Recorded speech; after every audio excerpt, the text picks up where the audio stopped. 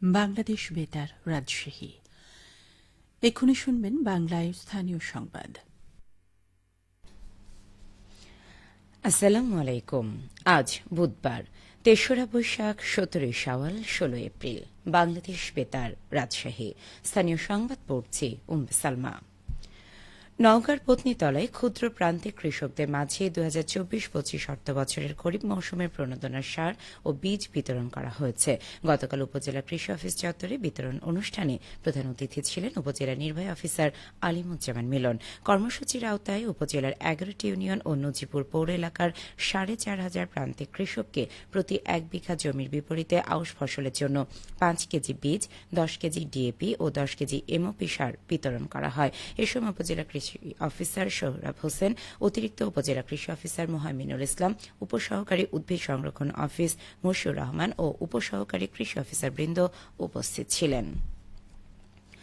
বগুড়ার কাহাল উপজেলা ৫০ শয্যা বিশিষ্ট হাসপাতালে বহির্বিভাগের স্বাস্থ্য অধিদপ্তরের আওতায় নন কমিউনিকেবল ডিজিজ কন্ট্রোল কর্নারের উদ্বোধন করা হয়েছে। গতকাল কর্নারের উদ্বোধন করেন ন্যাশনাল হার্ট ফাউন্ডেশনের ডিভিশনাল প্রোগ্রাম কর্মকর্তা খন্দকার এহসানুল আমিন ইমন। এ সময় উপজেলা স্বাস্থ্য পরিবার পরিকল্পনা কর্মকর্তা ডাক্তার ইনাম আহমেদ, হাসপাতালের আবাসিক মেডিকেল কর্মকর্তা doctor Rashed Bappi, national heart ফাউন্ডেশনের বগুড়া জেলা মাঠ কর্মকর্তা Abul Kalam Azad, senior nurse staff ও স্যানিটারি ইন্সপেক্টর মোহাম্মদ আব্দুল সালাম উপস্থিত ছিলেন। ডাক্তার ইনাম আহমেদ জানান, হাসপাতালের বহির্বিভাগে সেবার মান বৃদ্ধি করতে ডায়াবেটিক ও উচ্চ রক্তচাপ সহ সকল রোগীর তথ্য ডিজিটাল অ্যাপসের মাধ্যমে সংরক্ষণ করতে এই কর্নারের উদ্বোধন করা হয়েছে। বগুড়ায় অনিবন্ধিত অস্বাস্থ্যকর পরিবেশে শিশু খাদ্য উৎপাদনের দায়ে সুরমা ফুডস অ্যান্ড বেভারেজকে ২ লাখ টাকা জরিমানা করেছেন ভ্রাম্যমাণ আদালত। গতকাল গাবতলীর বালিয়াদিঘি এলাকায় জেলা প্রশাসনের সহযোগিতায় বাংলাদেশ নিরাপদ খাদ্য কর্তৃপক্ষের উদ্যোগে অভিযান পরিচালনা করা হয়। এই অভিযানের নেতৃত্ব দেন জেলা প্রশাসনের নির্বাহী ম্যাজিস্ট্রেট ফয়সাল মাহমুদ। এ সময় কারখানাটিতে অনিবন্ধিতভাবে এবং মিথ্যা ঘোষণায় ভোজ্য তেল ও কৃত্রিম ফ্লেভারযুক্ত ড্রিঙ্কস জাতীয় শিশু খাদ্য উৎপাদন ও বাজারজাতের প্রমাণ পায়। এই অপরাধে দায়ে নিরাপদ খাদ্য আইন ২০১৩-এর ৩২ খ ধারায় প্রতিষ্ঠানটিকে ২ লাখ টাকা জরিমানা করা হয় এবং তাৎক্ষণিকভাবে তা আদায় করা হয়। অভিযানে জেলা নিরাপদ খাদ্য কর্মকর্তা মোহাম্মদ রাসেল এবং নিরাপদ খাদ্য পরিদর্শক শাহ আলী উপস্থিত ছিলেন। অভিযানকালীন নিরাপত্তার দায়িত্বে ছিল জেলা পুলিশের একটি চৌকস দল। নিরাপদ খাদ্য কর্তৃপক্ষ জানিয়েছে, জনস্বার্থে এ ধরনের অভিযান নিয়মিতভাবে চলবে। তৃণমূল পর্যায়ে ইসলামী জ্ঞানের চর্চা ও গবেষণা কার্যক্রমের প্রসার ঘটাতে ১৮ কোটি ১৮ লক্ষ টাকা ব্যয়ে নাটোরে জেলা পর্যায়ে মডেল মসজিদ এবং ইসলামিক সাংস্কৃতিক কেন্দ্র নির্মাণ করা হচ্ছে। ধর্ম বিষয়ক মন্ত্রণালয়ের প্রত্যেক জেলা এবং উপজেলাতে ৫৬০টি মডেল মসজিদ এবং ইসলামিক সাংস্কৃতিক কেন্দ্র নির্মাণ কাজ, প্রকল্পের আওতায় একটি জেলা এবং ৭টি উপজেলা মডেল মসজিদ এবং ইসলামিক সাংস্কৃতিক কেন্দ্র নির্মাণ কাজ বাস্তবায়ন করছে গণপূর্ত বিভাগ। ৪৩% জমির উপরে উপজেলা মডেল মসজিদ এবং সাংস্কৃতিক কেন্দ্রে ১২,০০০ বর্গফুট আয়তনে নিচতলায় থাকবে গাড়ি পার্কিং, ইমাম ট্রেনিং সেন্টার, বই বিক্রয় কেন্দ্র, ডাইনিং, গণশিক্ষা কার্যক্রম কার্যালয়, অটিজম কর্নার এবং মরদেহ গোসলের স্থান। ৭,৮০০ বর্গফুট আয়তনে দোতলায় থাকবে নামাজের জায়গা ছাড়াও ইসলামিক গবেষণা কেন্দ্র এবং ইসলামিক ফাউন্ডেশন কার্যালয়। একই আয়তনে তৃতীয় তলাতে নারী ও পুরুষের পৃথক নামাজের জায়গা, সভাকক্ষ এবং লাইব্রেরি। চতুর্থ তলাতে থাকবে কোরআন শিক্ষা কেন্দ্র, তাওফিজ সেন্টার, ইমাম মুয়াজ্জিন ও খাদেমের কক্ষ ছাড়াও অতিথি কক্ষ। মসজিদে ৯০ ফুট উচ্চতার একটি মিনার এবং ৪টি গম্বুজ থাকছে।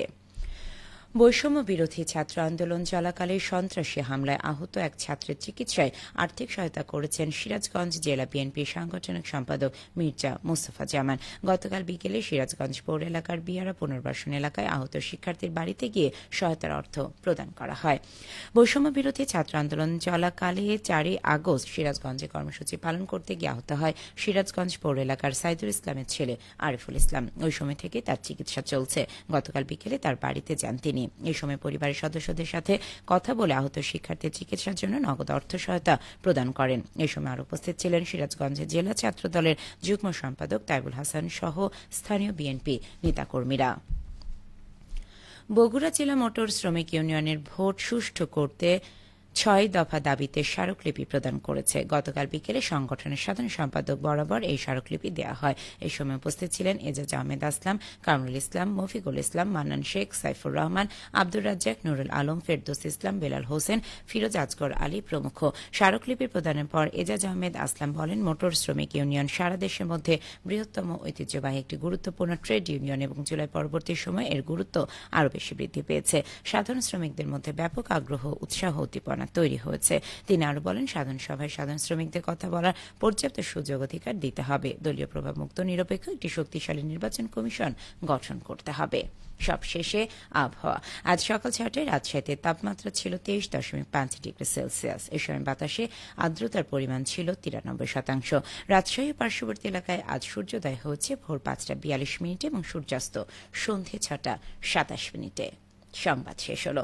আমাদের পরবর্তী স্থানীয় সংবাদ দুপুর 12:10।